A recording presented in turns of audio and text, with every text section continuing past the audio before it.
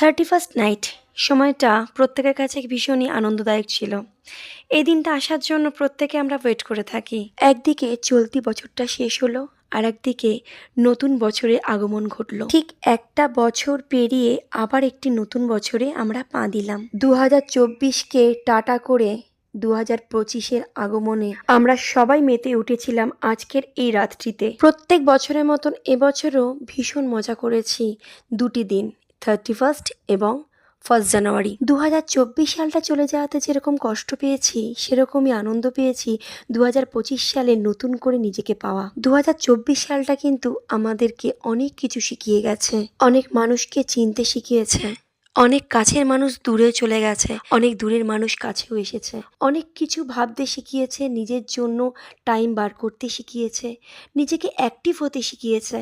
অনেক অনেক কিছু শিখতে পেরেছি 2024 সালটাতে। 2025 সালটাকে ওয়েলকাম জানিয়ে সবাইকে জানাই হ্যাপি নিউ ইয়ার। সবাই খুব খুব ভালো থাকো, সুস্থ থাকো এবং হাসি খুশি থাকো। আজকের ভিডিওটা কেমন লাগলো অবশ্যই কিন্তু কমেন্টে আমাকে জানাবেন।